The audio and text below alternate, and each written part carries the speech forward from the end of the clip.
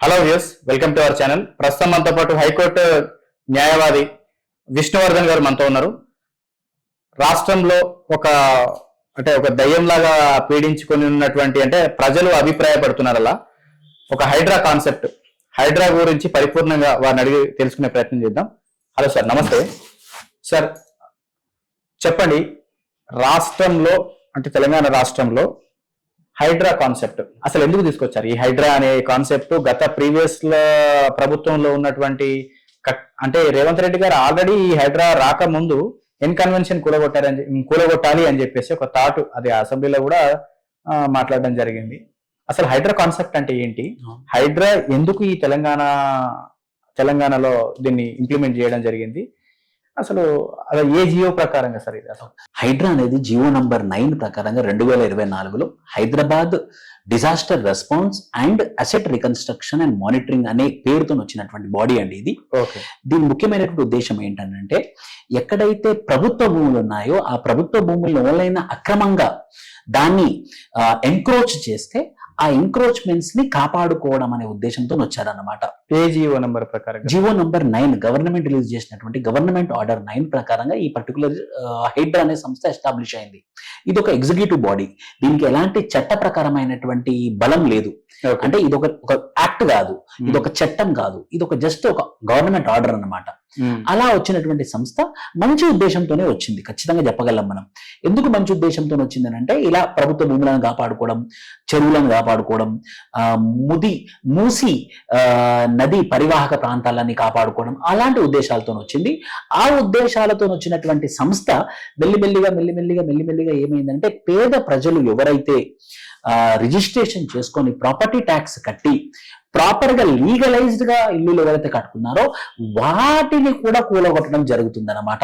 అలా చేయడం వల్ల దానికి ఒక మీరు అన్నట్టు దయ్యం అనే పేరు కూడా దానికి పెట్టడం జరిగింది. అంటే సార్, ఇప్పుడు హైడ్రా అనే కాన్సెప్ట్ గతంలో అసెంబ్లీలో ఎవరైతే రేవంత్ రెడ్డి గారు కన్వెన్షనే టార్గెట్ ఫస్ట్ కూలగొట్టాలి అన్న కాన్సెప్ట్, చెరువులు అప్పట్లో వీరు కూడా క్లెయిమ్ చేశారు అప్పట్లో.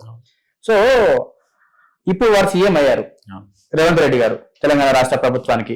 ఇప్పుడు ఈ హైడ్రా అనే కాన్సెప్ట్ ద్వారా చట్టంలో అందరూ సమానమే, గవర్నమెంట్ ఆదేశాలు అందరికీ సమానమే అనుకున్నప్పుడు ప్రజలు అడుగుతున్నటువంటి కొన్ని క్వశ్చన్స్ సార్ ఇవన్నీ. సో అలాంటప్పుడు పేద ప్రజలని ఫస్ట్ టార్గెట్ చేస్తున్నారు. అసలు పేద ప్రజలు ఏదో సరికి వాళ్ళకు వసతులు లేకనో దేని ప్రకారంగానో వాళ్ళు ఒక చెరువు ప్రాంతము ఎక్కడో సంథింగ్ రీసైడ్ అయ్యి ఉన్నారు, వాళ్ళకి అవేర్నెస్ లేక. సో వాళ్ళు రీసైడ్ అయినటువంటి ఏరియాలో అసలు రిజిస్ట్రేషన్స్ పాత గవర్నమెంట్ 2014 నుంచి 23 వరకు ఇప్పటి వరకు వాళ్ళే రిజిస్ట్రేషన్, గత బీఆర్ఎస్ ప్రభుత్వమే రిజిస్ట్రేషన్ చేసింది.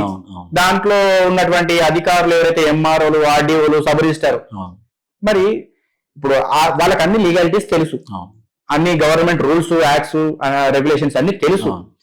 మరి అమాయకమైనటువంటి వాళ్ళకు అవేర్నెస్ లేనటువంటి ప్రజలు, అదైతే పూర్ పీపుల్ కావచ్చు, మధ్యస్థిక కుటుంబాలు కావచ్చు, ఇంకా మిగతా హయ్యర్ కావచ్చు, మరి వాళ్ళకి ఎలాంటి చట్ట ప్రకారంగా కానీ గవర్నమెంట్ రెగ్యులేషన్స్ ప్రకారంగా కానీ వాళ్ళకు ఎలాంటి ఐడియా లేదు.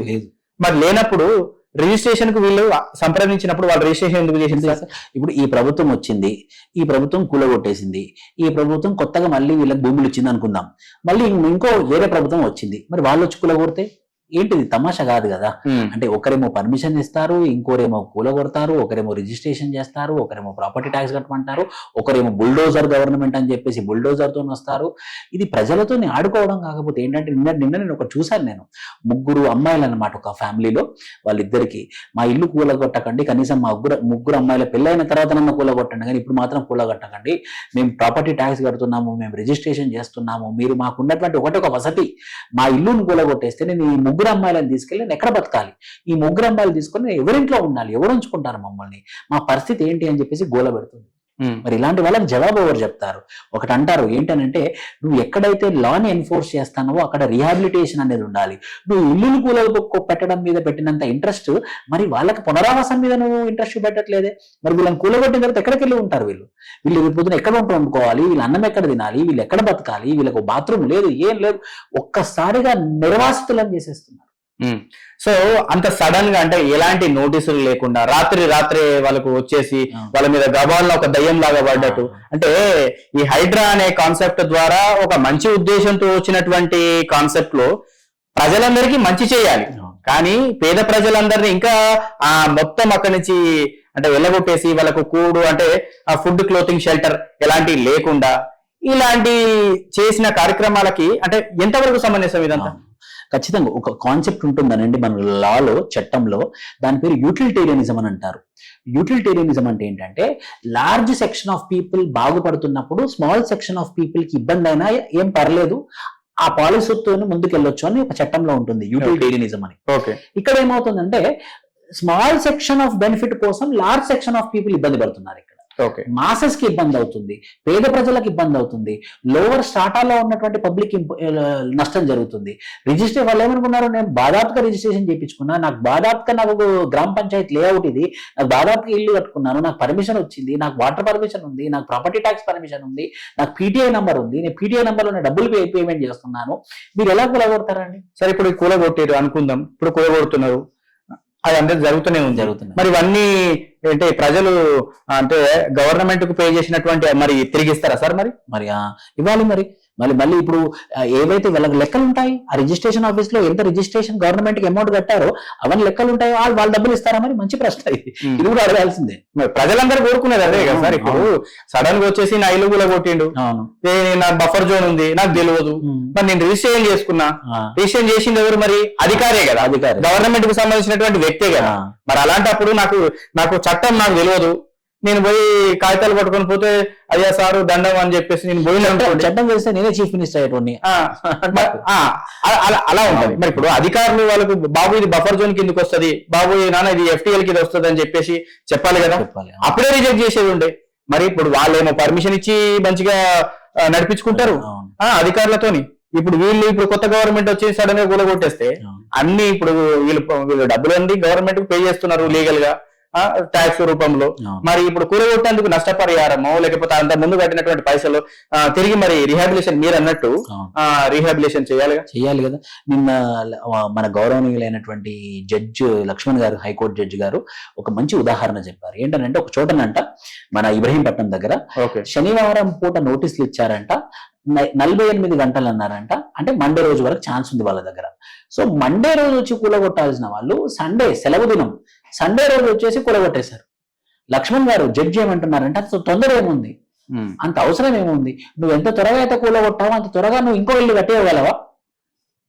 వినాశనం అనేది చాలా ఈజీ, కానీ నిర్మాణం అనేది ఎంత కష్టం. అలా ఎలా చేస్తారండి? సండే పూట వచ్చి హాలిడే పూట వచ్చి నువ్వు కూలగొట్టాల్సిన అవసరం ఏముంది? అంటే ఇదేదో కాన్స్పిరసీ జరుగుతుంది అన్నట్టు ఉందండి. ఇదైతే ఇది ఒక రకమైనటువంటి కాన్స్పిరసీ. సార్ ఇప్పుడు ఎంతో మంది అధికారులకే కాకుండా కొంతమంది రాజకీయ నాయకులకు కూడా మరి బఫర్ జోన్లలో కొన్ని కట్టడాలు కట్టిరు సార్.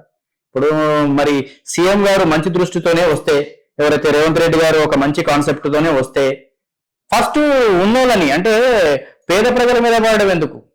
అధికారులు తదుపరిగా ఉన్నటువంటి రాజకీయ నాయకులకు కొన్ని కోట్లు వాళ్ళ మీద కొన్ని అంటే డబ్బుల వ్యవహారంలో ప్రజాసేవతో కొన్ని కోట్లు సంపాదించుకున్నారు, వాళ్ళకి అలవెన్సెస్ అన్ని ఉన్నాయి కదా. మరి అలాంటప్పుడు ఫస్ట్ వాళ్ళది తీసేసి పేద ప్రజల కాడికి పోకుండా ఉదాహరణ చెప్తాను. మన హైకోర్టు మూసి పరివాహక నది ఎఫ్టీఎల్ లో ఉంది. మరి ఎలా మరి హైకోర్టు ఊలగొడతారా? మరి చెప్పాలి, మరి అది కూడా చెప్పాలి. అదే లక్ష్మణ్ గారు జస్టిస్ గౌరవనీయులైనటువంటి ఎవరైతే మన జడ్జి గారు ఉన్నారో వారు కూడా ప్రశ్న వారు చెప్పారు ఇటువంటి అంశం. దాంతో పాటు పెద్ద నాయకులు బొంతు రామ్మోహన్ రావు గారు కానివ్వండి, లేకపోతే ఇంతకుముందు మేయర్ అనే ఇప్పుడు మన మినిస్టర్ అయినటువంటి శ్రీనివాస్ రెడ్డి గారు కానివ్వండి, వాళ్ళకి కూడా ఫామ్ హౌస్లు ఉన్నాయి. ఓవైసీ గారిది పెద్ద కాలేజే ఉంది. నువ్వు వాళ్ళ మీద నీ ప్రతాపం చూపెట్టప్పుడు ప్రజల్లో నమ్మకం పెరుగుతుంది. నువ్వు ఫస్ట్ వాళ్ళకి కూలగొట్టు, నువ్వు పేద ప్రజల దగ్గర రా, మా ఇంటి దగ్గరికి రా, అప్పుడు ఒప్పుకుంటాము న్యాయం నువ్వు చేస్తున్నామని. మరి వాళ్ళని ముట్టుకోకుండా పేద ప్రజలను ముట్టుకుంటే ఎంతవరకు సమంజసం? సార్ ఇంకొక కాన్సెప్ట్ ఏంటంటే ఇప్పుడు చిత్రపురికి సంబంధించినటువంటి 250 సుమారుగా మనం అనుకుంటే 250 నోటీసులు ఇవ్వడం జరిగింది రో హౌసెస్ కు సంబంధించినటువంటి. ఆ అంశం ఇప్పటివరకు ఎవరు పట్టించుకోవట్లేరు. దాంట్లో అక్రమాలు, అన్యాయాలు, దుర్మార్గాలు జరగాల్సినవన్నీ జరుగుతూనే ఉన్నాయి. సో దాని మీద 40 ఎఫ్ఐఆర్లు ఒక వల్లభనేని అనిల్ కుమార్ అనే ఒక గొప్ప అంటే నాయకుడు, అంటే ప్రజానాయకుడు, మరి ఇంకా దోపిడీ చేసేటువంటి నాయకుడు మాకు తెలియదు, కానీ మొత్తానికైతే ఆయన కొన్ని అక్రమాలు, దౌర్జన్యాలు, బెదిరింపులకు పాల్పడుతున్నారండి. అక్కడ ఉన్నటువంటి కొంతమంది ఎవరైతే ఆల్రెడీ ఇప్పుడు సుప్రీంకోర్టులో కూడా కేసు ఫైల్ చేయడం జరిగింది. దాని గురించి ఇంతవరకు ఏం స్పందన లేదు. అంటే ఇలాంటి కట్టడాలు నిర్మాణాలు అందరూ పర్మిషన్లు ఇస్తారు, గత పూర్వ గవర్నమెంట్ ఇచ్చింది. మరి ఇప్పుడు మీరు మంచి పద్ధతితోనే మంచి ఉద్దేశంతోనే వచ్చినప్పుడు రాష్ట్ర ప్రజా పరిపాలనలో అందరికీ పేద ప్రజలకు కూడా న్యాయం పొందాలి అన్నప్పుడు మరి బడాబాబులను వీళ్ళందరినీ వారిపై చర్యలు తీసుకోవచ్చు కదా, దాని గురించి మీరేమంటారు? ఖచ్చితంగా ఇదేనండి. ఇప్పుడు ఆ అనిల్ కుమార్ ఎవరైతే అన్నారో వల్లభనేని 100% అని ప్రభుత్వం మారినా కొద్దీ అందులో జాయిన్ అవుతాడు. మొన్నటిదాకా టీఆర్ఎస్ లో ఉన్నాడు, ఇప్పుడు కాంగ్రెస్ లోకి వచ్చాడు, రేపు పొద్దున బీజేపీ వచ్చింది, అందులో జంప్ అవుతాడు. అంటే తనకేదో అవసరం ఉంది, తనకి ఏదో ఒక ఆర్థికమైనటువంటి లబ్ధి ఉంది, అది క్లియర్ కట్ గా అర్థమైపోతుంది. మరి వీళ్ళని కూడా మీరు అరికట్టాలి. ఇలా ఇలా వీళ్ళ బడా బాబులను ఏ రోజైతే మీరు అరికడతారో, బడా బాబుల యొక్క బిల్డింగ్లు ఎప్పుడైతే కొలగొడతారో, ఇప్పుడు ఎంతగానో ఎన్కన్వెన్షన్ అన్నాం కదా, ఓన్లీ పార్కింగ్ ప్లేస్ మాత్రమే కొలగొట్టారు, మొత్తం ఏం కొలగొట్టలేదు. ఒక పార్కింగ్ ప్లేస్ లో ఒక 1/4 of the convention was been removed అంతే. ఓకే, ఇంకా మిగతాది కూడా రావాలి FTL లోకి. అంతలో బార్డర్ వచ్చిందో ఏమొచ్చిందో తెలియదు, కానీ అలా జరిగింది. సో ఎప్పుడైతే ఈ బడా బాబుల యొక్క బిల్డింగ్లని, ఇల్లీగల్ కన్స్ట్రక్షన్స్ ని, ఎంక్రోచ్ చేసినటువంటి ల్యాండ్స్ ని తీసేసి మీరు పేద ప్రజల దగ్గరకు వస్తే ఒప్పుకుంటాము. నెంబర్ 1. నెంబర్ 2, పునరావాసం అనేది చాలా ఇంపార్టెంట్. వాళ్ళు ఎక్కడ బతుకుతారండి? 3 అమ్మాయిలను వేసుకుని ఆ తల్లిదండ్రులు ఎక్కడికి వెళ్ళిపోతారు? వాళ్ళ ఈ రోజు రాత్రి ఎక్కడ పడుకుంటారు? వాళ్ళు రేపు పొద్దున రాత్రి ఎక్కడ పడుకుంటారు? ఎవరు జవాబు చెప్తారు వాళ్ళ పరిస్థితికి? సో ప్రభుత్వం దయచేసి మీరు మంచి పనే చేస్తున్నారన్న ఉద్దేశంతో మీరు ఉండొచ్చు. At the same time rehabilitation కూడా, పునరావాసం మీద కూడా మీద ఇంపార్టెన్స్ మీరు ఆలోచించాలి. లేకపోతే ప్రజలు ఉద్యమం చేస్తారు. ప్రజలు ఉద్యమం చేస్తే పెద్ద పెద్ద ప్రభుత్వాలే పడిపోయాయి. బీఆర్ఎస్ ప్రభుత్వం పడిపోవడానికి కారణం ఎలాగైతే నిరుద్యోగులు అయ్యారో అదే విధంగా ఇప్పుడు మళ్ళీ మీకు ఈ పునరావాసం లేనటువంటి ఈ ప్రజలే మరి బుద్ధి చెప్పే అవకాశాలు ఎక్కువగా ఉంటాయి. మీరు ఆలోచన చేయాలి. సార్, ముఖ్యంగా రంగనాథ్ గారిని, ఒక IPS ఆఫీసర్ ని ఈ యొక్క హైడ్రా కాన్సెప్ట్ మీద, అంటే వారిని నియమించడానికి ఏదైనా బలమైన కారణం? బలమైన కారణం అంటూ ఏం లేదు సార్. రంగనాథ్ అనే క్లీన్ మ్యాన్ అన్నమాట. ఎలాంటి కరప్షన్ ఛార్జెస్ లేవు. ఇప్పటి వరకు ఒక 30 years ఆఫ్ సర్వీస్ లో ఎలాంటి కరప్షన్ ఛార్జెస్ లేవు. చాలా రిజిడ్, స్ట్రిక్ట్ ఆఫీసర్. అది మంచి పొజిషనే, అది మంచి పొజిషన్, మంచి ఆఫీసర్ని నియమించారు. మనం ఆఫీసర్ని ప్రశ్నించడానికి ఏం లేదు. కాకపోతే దాని యొక్క ఏవైతే ఇప్పుడు కాన్సిక్వెన్సెస్ వస్తున్నాయో ఆ కాన్సిక్వెన్సెస్ ఏమవుతున్నాయంటే పేద ప్రజల మీద ఇబ్బంది పడుతున్నారు కాబట్టి మనం ప్రశ్నించాల్సిన అవసరం వస్తుంది. సార్, ఇప్పుడు హైడ్రా అనేది దాదాపుగా హైదరాబాద్ నుంచే స్టార్ట్ అయింది. మరి అది మారుమూల ప్రాంతము, అంటే 33 జిల్లాల రాష్ట్రం తెలంగాణ ఏదైతే ఉందో అక్కడ కూడా బఫర్ జోన్లు ఉంటాయి కదా అక్కడ. మరి ఇంకా ఇక్కడ దీనస్థితి కంటే ఇంకా అక్కడ దీనస్థితి ఇంకా చాలా ఎక్కువ ఉంటుంది. మరి వాళ్ళ పరిస్థితి ఎట్లా ఉండొచ్చు సార్ ఒకవేళ ఇదే ఇట్లా కొనసాగుతాయి? ఖచ్చితంగా అప్పుడు నిజంగా రాష్ట్రం మొత్తం అల్లకల్లోలం అయిపోతుంది. రాష్ట్రంలో ప్రజలందరూ వాళ్ళకి నివాసాలు లేకుండా ఉండేటటువంటి అవకాశం ఉంటుంది. సో త్వరగా దీనికో జవాబు తీసుకొని రావాలి. మరి వీళ్ళు ఇల్లు కూలగొట్టిన తర్వాత మరి రీహాబిలిటేషన్ ఇస్తారన్న దాని మీద వీళ్ళు స్పష్టత ఇవ్వాలి. స్పష్టత ఇస్తూనే మళ్ళీ పెద్ద పెద్ద బడాబాబుల యొక్క ఇల్లు కూలగొడతా ఉంటే, వాళ్ళ యొక్క బిల్డింగ్స్ రిమూవల్ చేస్తూ ఉంటే ప్రజల్లో నమ్మకం పెరుగుతుంది. అలా 2 హ్యాండ్ ఇన్ హ్యాండ్ వెళ్ళాలన్నమాట. ఒక పక్క బడాబాబుల యొక్క ఇల్లులను కూలగొడుతూ ఇంకో పక్క పునరావాసం ప్రొవైడ్ చేస్తే మాత్రం అది మంచి పద్ధతి. అలా మాత్రం హైడ్రా చేస్తే మాత్రం ఖచ్చితంగా నేనే శభాష్ అంటాను. ఓకే సార్, ఇంకోటి ఇదే హైడ్రాలో కొంతమంది ఏంటంటే అక్కడ ఉన్నటువంటి వీడియో తీసే క్రమంలో ఒక అతను హైడ్రా అనే బిల్డింగ్ అంటే కూలగొడుతున్నప్పుడు ఈ ప్రాజెక్ట్ చేస్తున్న క్రమంలో ఒక రాయి తగిలేసి అతను చనిపోవడం జరిగింది. అలాగే కొంతమంది అంటే మీరు అన్నట్టు లేడీస్ కూడా చాలా ఇబ్బంది పడుతున్నారు. వాళ్ళ యొక్క ఇప్పుడు ఫ్లడ్స్ వచ్చి కూడా కొన్ని ఇది జరిగినాయి. అంటే ఇవన్నీ ఒకదానికి వెంటబడుకుంటూ వస్తా ఉన్నాయి. మరి హైడ్రా పర్పస్ ఏంటి అసలు? ముఖ్య ఉద్దేశం ఏంటి అసలు హైడ్రా ఇది కొనసాగుతుందా, లేకపోతే కోర్టు ఆదేశాల మేరకు దీన్ని స్టాప్ చేసే అవకాశం ఉందా ఫర్దర్ గా? ఖచ్చితంగా అండి. ఏం జరుగుతుంది సార్ అసలు? ఈ ఇష్యూ సుప్రీంకోర్టు దాకా వెళ్ళింది. సుప్రీంకోర్టు పరిధిలో ఉంది. It's sub judice to supreme court. So supreme court అయితే జడ్జిమెంట్ ఇవ్వాల్సి ఉంది. బట్ యాజ్ ఆఫ్ నౌ ఇప్పుడు వీళ్ళు దానికి చట్ట ప్రకారమైనటువంటి బలం చేకూర్చాలని చూస్తున్నారు. చట్ట ప్రకారమైనటువంటి బాడీ చేద్దాం అనుకుంటున్నారు. ఆ బాడీ హైదరాబాద్కే కాకుండా మొత్తం తెలంగాణ ప్రాంతానికి ఉండేలాగా చేద్దాం అనుకుంటున్నారు. అది మంచి విషయమే, ఉద్దేశం మంచిదే. ఎందుకు అనంటే ఇలా ప్రభుత్వ భూములను ఎంక్రోచ్ చేస్తున్నారు కాబట్టి ఆ ఉద్దేశం 100% మంచిదే. కానీ ఆ ఉద్దేశం ఎవరికి ఇంపాక్ట్ చూపిస్తుంది, ఎవరి మీద నెగిటివ్ గా ఇంపాక్ట్ చూపిస్తుంది అన్నది కూడా చాలా ఇంపార్టెంట్. ఆ పక్క మాత్రం నెగ్లెక్ట్ చేస్తే మాత్రం ఇది మాత్రం మరో రెవల్యూషన్ లాగా అయ్యే అవకాశాలు అయితే ఉంటాయి. ఓకే సార్, ఫైనల్ గా ముఖ్యమంత్రి రేవంత్ రెడ్డి గారిని, అంటే బీయింగ్ మీ లీగల్ ప్రొఫెషన్ లో మీరు ఉన్నారు, అండ్ అంటే మీ అంటే ఒక ముఖ్యమంత్రి గారికి మీరు ఏం చెప్పదలుచుకున్నారు? ఖచ్చితంగా సార్, రెస్పెక్టెడ్ చీఫ్ మినిస్టర్ గారు, మీరు కనుక చూసినట్టయితే నేను ఖచ్చితంగా ఒకటి ఏమని రికమెండ్ చేస్తున్నాను అంటే, పునరావాసం అనేది చాలా ఇంపార్టెంట్, రిహాబిలిటేషన్ అనేది చాలా ఇంపార్టెంట్. మీ ఉద్దేశం మంచిది కావచ్చు, కానీ దాని జరిగే కాన్సిక్వెన్సెస్ అయితే బాగా లేవనే చెప్పొచ్చు. సో ముందుగా పేద ప్రజలు ఇల్లు కూలగొట్టే ముందు కనీసం ఒక 2 నెలల నోటీస్ ఇవ్వండి. 2 నెలల నోటీస్ తర్వాత మీరు యాక్షన్ తీసుకోండి. అందులో వాళ్ళు వేరే ఆల్టర్నేటివ్ అన్న చూసుకుంటారో, లేకపోతే మీరు ఆల్టర్నేటివ్ ప్రొవైడ్ చేసినా ఏం కాదు. పునరావాసం అనేది ఖచ్చితంగా ఇవ్వాల్సిన అవసరం ఎంతైనా ఉంది. సో చూసారు కదండి, అడ్వకేట్ గారు అంటే హైకోర్టుకు సంబంధించినటువంటి న్యాయవాది విష్ణువర్ధన్ గారు ఈ హైడ్రా కాన్సెప్ట్ అంటే ముఖ్యమంత్రి గారిని కూడా వారు రిక్వెస్ట్ చేయడం జరుగుతుంది. ఎలా అంటే ఇప్పుడు హైడ్రా కాన్సెప్ట్ మంచి ఉద్దేశంతో స్టార్ట్ చేసినప్పటికీ అంటే పేద ప్రజల మీద ఇంపాక్ట్ చూపిస్తుంది.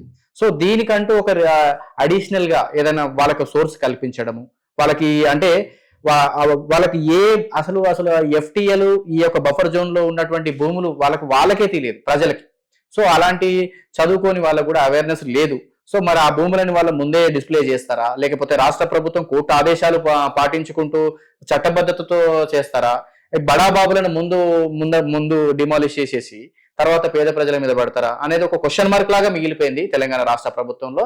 మేము కూడా మా ఛానల్ తరఫున బీయింగ్ ఏ జర్నలిస్ట్ గా ఒక రాష్ట్ర ముఖ్యమంత్రి రేవంత్ రెడ్డి గారిని కూడా మేము పేద ప్రజలని దయచేసి ఇబ్బంది పెట్టకుండా మీరు మంచి సదుద్దేశంతో ఏదైతే హైడ్రా కాన్సెప్ట్ మీరు స్టార్ట్ చేయడం జరిగిందో దాంట్లో ఒక మంచి ఆఫీసర్, కరప్షన్ లేని ఒక గుడ్ ఆఫీసర్ రంగనాథ్ గారిని అపాయింట్ చేసి మీరు ఒక మంచి ఉద్దేశంతోనే పోతే ముందు బడాబాబులని వారి యొక్క అక్రమ కట్టాడాలని కూల్చివేయండి. ఆ తర్వాత పేద ప్రజల గురించి మీరు వారికి ఒక టైం కల్పించండి. ముందైతే కల్పించమని ఇప్పుడు మేము యాజ్ బీయింగ్ ఏ జర్నలిస్ట్, అలాగే విష్ణువర్ధన్ గారు ఒక మంచి హైకోర్టు అడ్వకేట్ న్యాయవాది, వారు కూడా కోరుకుంటున్నారు.